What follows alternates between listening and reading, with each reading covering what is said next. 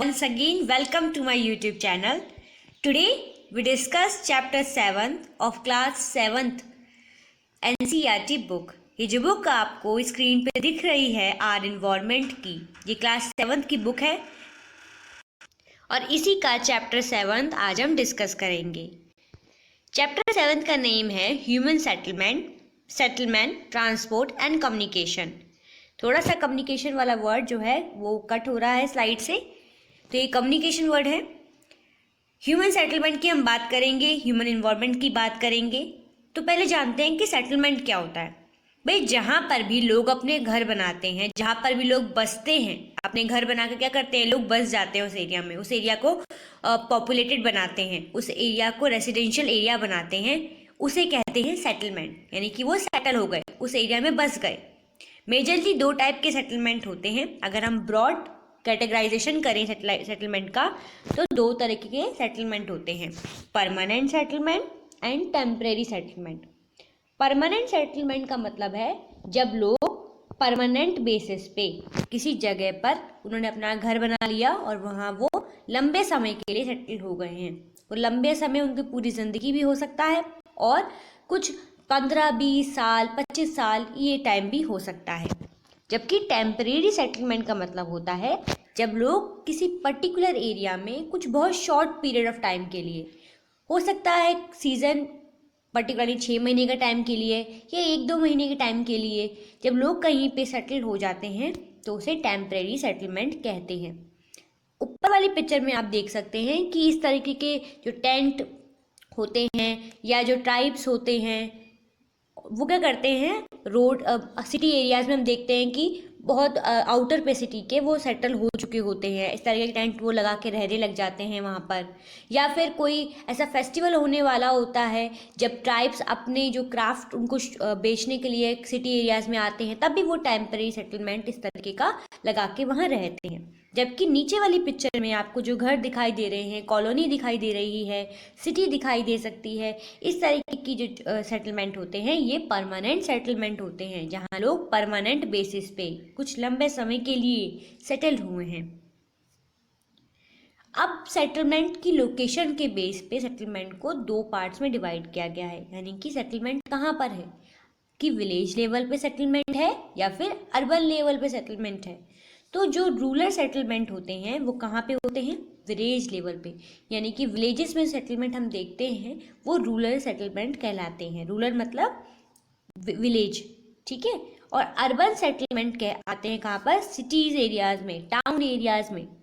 तो सिटी और town level पे जो सेटलमेंट होते हैं उन्हें अर्बन सेटलमेंट कहते हैं।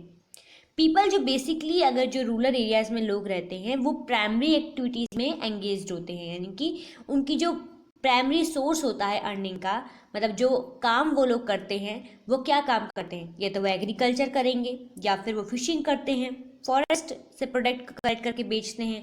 इस तरीके की एक्टिविटीज़ में रूरल लोग जो होते हैं, रूरल पीपल जो होते हैं वो एंगेज्ड होते हैं, इस तरह के काम वो करते हैं। जबकि अर्बन एरियाज़ में लोग बहुत ज़्यादा इन्वॉल्व होते हैं, किसमें, मैन्युफैक्चरिंग सेक्टर में। भाई इंडस्ट्रीज़ होंगी उसमें लोग काम करते होंगे ज़्यादा, या फिर सर्विस सेक्टर में, ट्रांसपोर्ट में हो सकता है, किसी ऑफिस बैंकिंग में हो सकता है।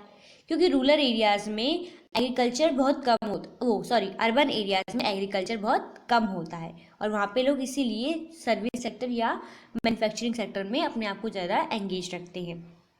रूरल सेटलमेंट को दो भागों में डिवाइड किया गया है, ठीक है, कॉम्पैक्ट एंड स्कैटर्ड। तो एक बताती हूँ आपको कि देखिए, बेसिक लेवल पे लोकेशन के बेसिस पे rural settlement and urban settlement, फिर रूरल सेटलमेंट को और सब डिवाइड कर दिया गया है, किसमें, compact settlement and scattered settlement. ये देखिए राइट साइड में जो है आपकी, ये तो है रूरल सेटलमेंट। इस तरह के घर हमको देखने को मिलते हैं ना जब हम लोग गांव में जाते हैं या विलेजेस में जाते हैं। लेकिन ऐसा अब नहीं है, अब सब जगह पक्के मकान बन गए हैं। लेकिन ये एक रूरल जो सिनेरियो दिखता है हमको, जो शो करता है वो इस तरीके के जो घर हैं वो शो करते हैं कि हम विलेज में हैं। जबकि अर्बन एरियाज़ में हम देखते हैं कि बहुत बड़ी बड़ी बिल्डिंग्स होती हैं, बहुत पास पास घर होते हैं। जो लेफ्ट पिक्चर में आपको दिख रहा होगा इस तरीके का अर्बन सेटलमेंट होता है। ये दो पिक्चर्स आपको शो करती हैं डिफरेंट सेटलमेंट्स के बारे में। अब देखिए कि रूरल सेटलमेंट जो होता है इसको दो पार्ट्स में डिवाइड किया गया है। इसको रूरल सेटलमेंट को का सब डिवीजन किया गया है। One is compact settlement and second one is scattered settlement, कि एक तो हो गया कॉम्पैक्ट सेटलमेंट और दूसरा स्कैटर्ड सेटलमेंट। अगर हम प्लेन रीजन में यानी कि नर्दर्न प्लेन एरियाज में देखें तो हम क्या पाते हैं कि वहाँ के जो विलेजेस हैं, इनमें जो घर होते हैं वो काफ़ी आसपास होते हैं, इसीलिए इसे कहते हैं कॉम्पैक्ट सेटलमेंट, यानी कि हाउसेस काफ़ी पास पास एक दूसरे से बने हुए हैं। लेकिन अगर मैं माउंटेन एरियाज़ में जाके हम लोग घर देखते हैं, माउंटेन एरियाज़ के आप विलेजेस में चले जाइए तो आपको घर काफ़ी दूर दूर दिखाई देंगे। जैसे सेकंड पिक्चर में आपको दिख रहा होगा कि एक घर कहीं पे है, दूसरा घर उससे काफ़ी दूर है, तो इससे कहते हैं स्कैटर्ड सेटलमेंट, यानी कि जब सेटलमेंट में घर काफ़ी दूर दूर बने हों और काफ़ी लंबे एरिया में वो घर बने हैं लेकिन सब एक दूसरे से बहुत दूर दूर हैं। ठीक है, तो माउंटेन एरियाज में हमको स्कैटर्ड सेटलमेंट दिखने को मिलते हैं, जबकि प्लेन एरियाज में हमको कॉम्पैक्ट सेटलमेंट दिखने को मिलते हैं। अब हम बात करेंगे नेक्स्ट टॉपिक के बारे में, विच इज ट्रांसपोर्ट। ठीक है, तो ट्रांसपोर्ट के हम बारे में बात करते हैं। देखिए, ट्रांसपोर्ट क्या होता है?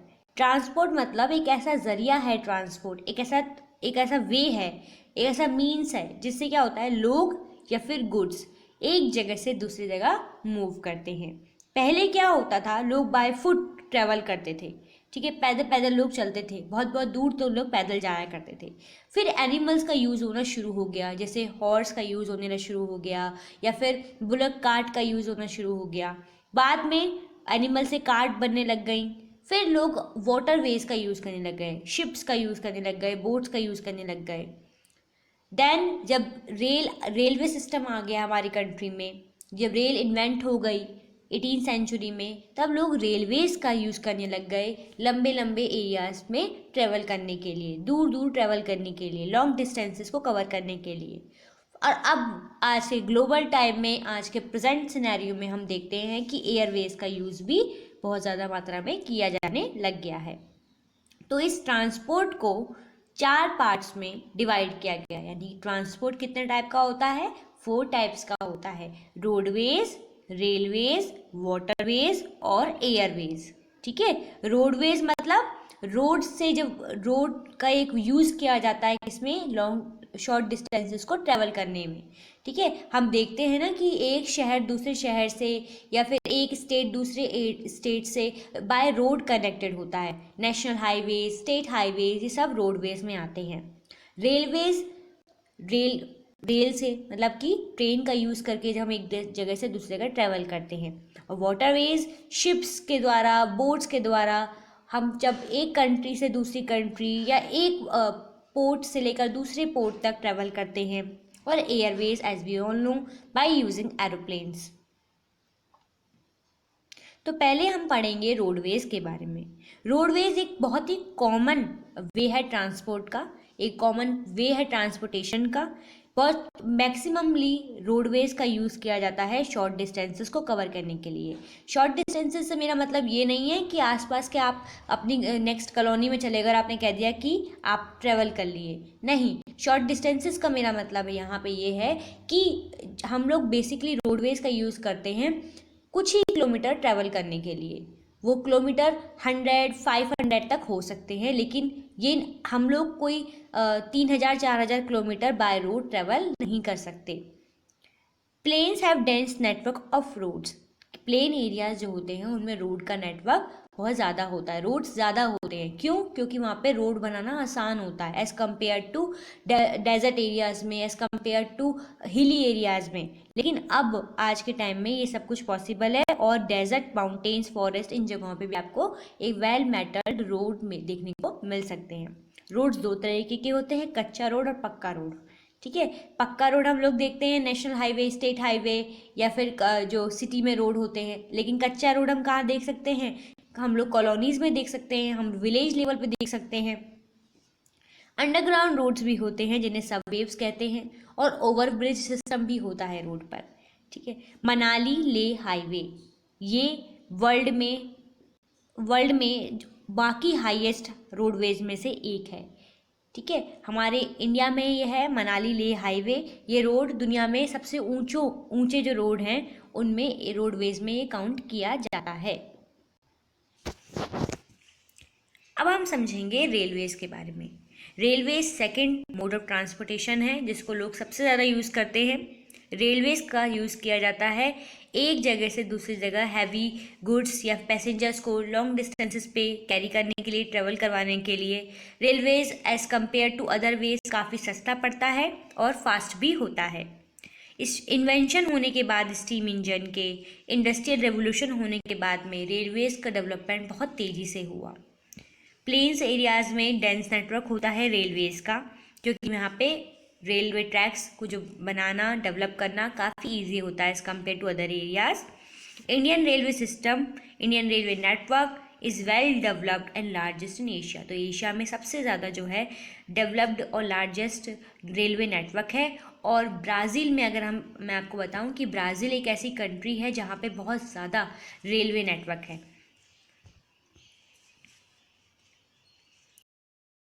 ट्रांस साइबेरियन रेलवे दुनिया की सबसे लंबी रेलवे लाइन है, सबसे लंबा रेलवे ट्रैक है लंबा, जो सेंट पीटर्सबर्ग से लेकर व्लादिवोस्टोक के तक जाता है। ये रशिया में है और ये सबसे, आप कह सकते हैं कि तुंद्रा रीजन में सबसे पोलर एरियाज़ है, बहुत ठंडा एरिया है। यहाँ पर ये इतना लंबा डिस्टेंस जो है ट्रेवल करती है, बहुत लंबा डिस्टेंस है रेलवे का। Next mode of transport is waterways.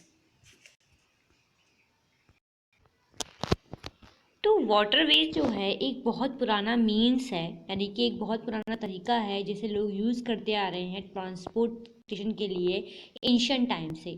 जब कॉन्टिनेंट्स की खोज की गई तब भी लोग इसी तरीके के मीन्स का यूज़ किया करते थे, ठीक है। और अभी भी इसका यूज़ किया जाता है एक जगह से दूसरी जगह हैवी और बल्कि गुड्स को पहुँचाने के लिए।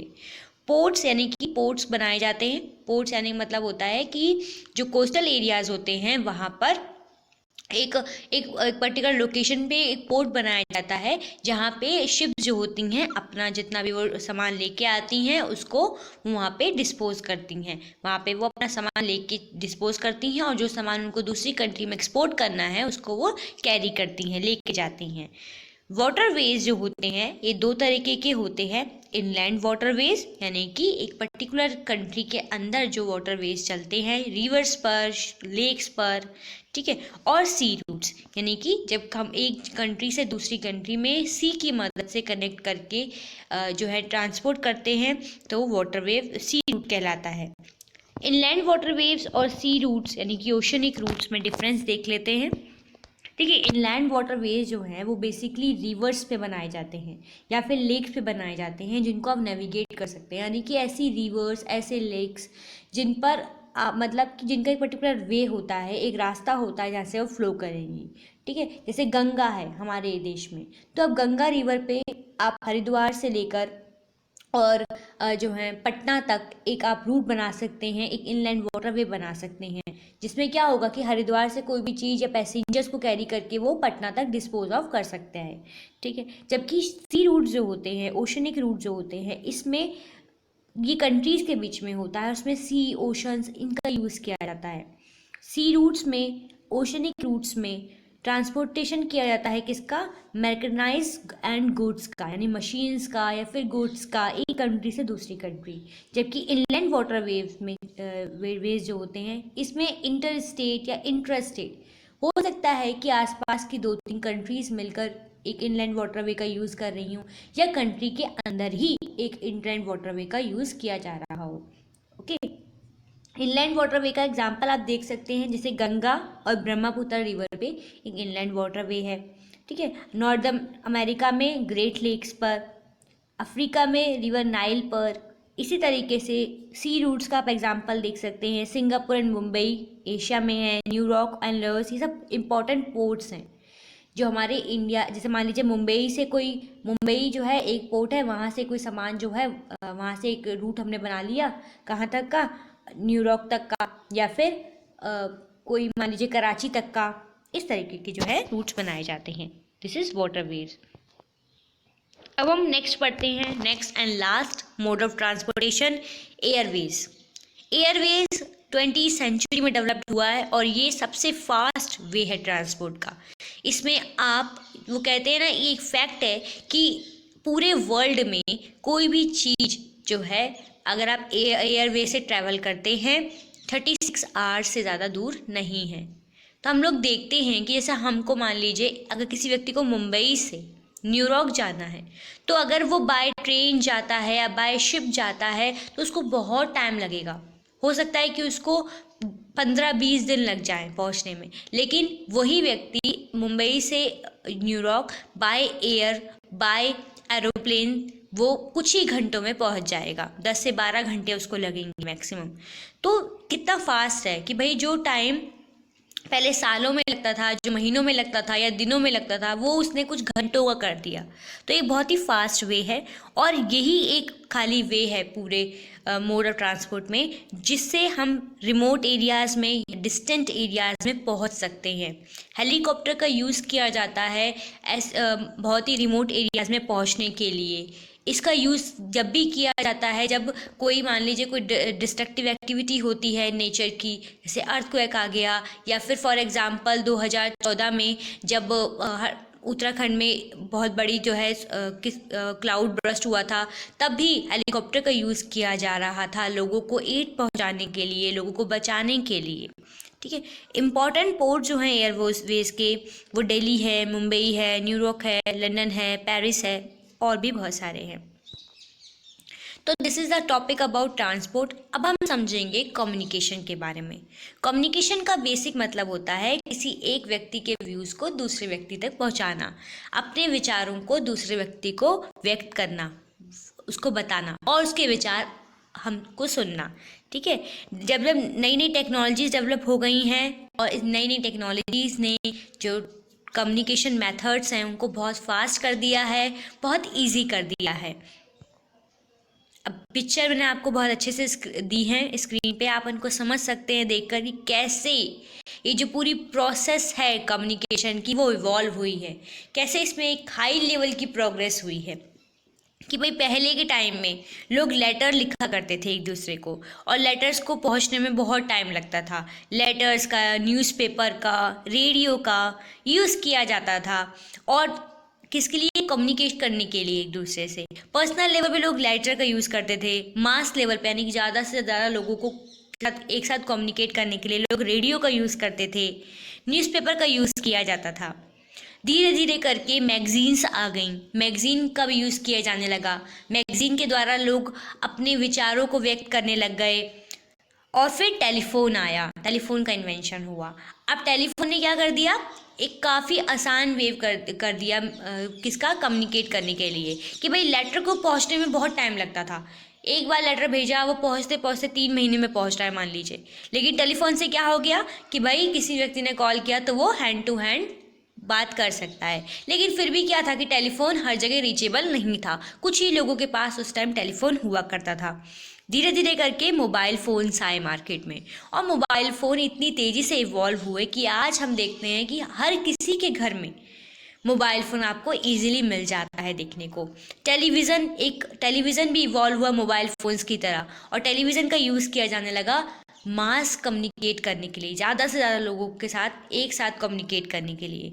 अब लॉकडाउन के टाइम में हमने देखा कि कैसे नरेंद्र मोदी जी ने टेलीफोन के ज़रिए और टेलीविज़न के ज़रिए, इन दोनों चीज़ों के ज़रिए कितने मास लेवल एरिया को बताया, पूरी कंट्री को उन्होंने बताया कि कब से वो कर्फ्यू लगा रहे हैं या कब से लॉकडाउन लगने वाला है। एक बार में आप देख सकते हैं कि सिर्फ एक ही जगह खड़े होकर उन्होंने सबको बता दिया पूरी कंट्री में। ईमेल, इंटरनेट एक इवोल्यूशन लेके आया है पूरी तरीके से। उसने पूरे सिस्टम को, पूरे कम्युनिकेशन को बहुत फास्ट कर दिया है। अब एक क्लिक से आप ईमेल भेज सकते हैं, एक क्लिक से आप किसी बहुत दूर बैठे इंसान से वीडियो कॉल कर सकते हैं। इसके साथ साथ जब इंटरनेट डेवलप हुआ तो बहुत सारे जो है एप्लीकेशंस डेवलप हो गई, बहुत सारे मीन्स डेवलप हो गए एक दूसरे से कम्युनिकेट करने के लिए, शेयर करने के लिए अपने विचारों को, जैसे कि व्हाट्सएप है, फेसबुक है, इंस्टाग्राम है, यूट्यूब है, ये सब चीज़ें। तो this is a way in which the whole communication process progress evolved. This is the map which shows major sea ports and airports in the world. ये एक मैप आपको शो कर रहा है कि कौन कौन से मेजर पोर्ट्स हैं कौन कौन से एयरपोर्ट्स हैं मेजर, और आप इनके रूट्स भी देख सकते हैं कि देखिए जैसे अब न्यू दिल्ली से जो रूट है वो मॉस्को को कनेक्ट भी कर रहा है, टोक्यो को भी कनेक्ट कर रहा है, वही रूट कोलकाता को भी कनेक्ट कर रहा है, वही रूट बैंकॉक को भी कनेक्ट कर रहा है। तो ये कुछ रूट्स हैं जो आप समझ सकते हैं, देख सकते हैं। This is the whole chapter from my side. I hope मैंने आपको बहुत अच्छे से समझाया होगा। मैंने पिक्चर्स डाली हैं, अगर आपको कुछ भी समझ ना आए तो आप एक बार दोबारा वीडियो को देख सकते हैं, पॉज करके पिक्चर्स देख के समझ सकते हैं। और अगर आपको वीडियो अच्छी लगी हो तो आप प्लीज़ इसको लाइक करें, प्लीज़ प्लीज़ इसे लाइक करिए, और कमेंट करके मुझसे अपने क्वेश्चंस पूछ लीजिए। कमेंट करके मुझे बताइए कि मैंने कोई कमी रही है तो मैं कैसे सुधार करूँ उसमें। और this is the question of the day from my side to you, which is the longest highway in India. इसका आंसर मुझे कमेंट बॉक्स में बताइए, और इस वीडियो को शेयर करिए और सब्सक्राइब करिए मेरे चैनल को। मैं ऐसे ही बहुत सारी वीडियोज़ आपके लिए हमेशा लाती रहूँगी। Thank you.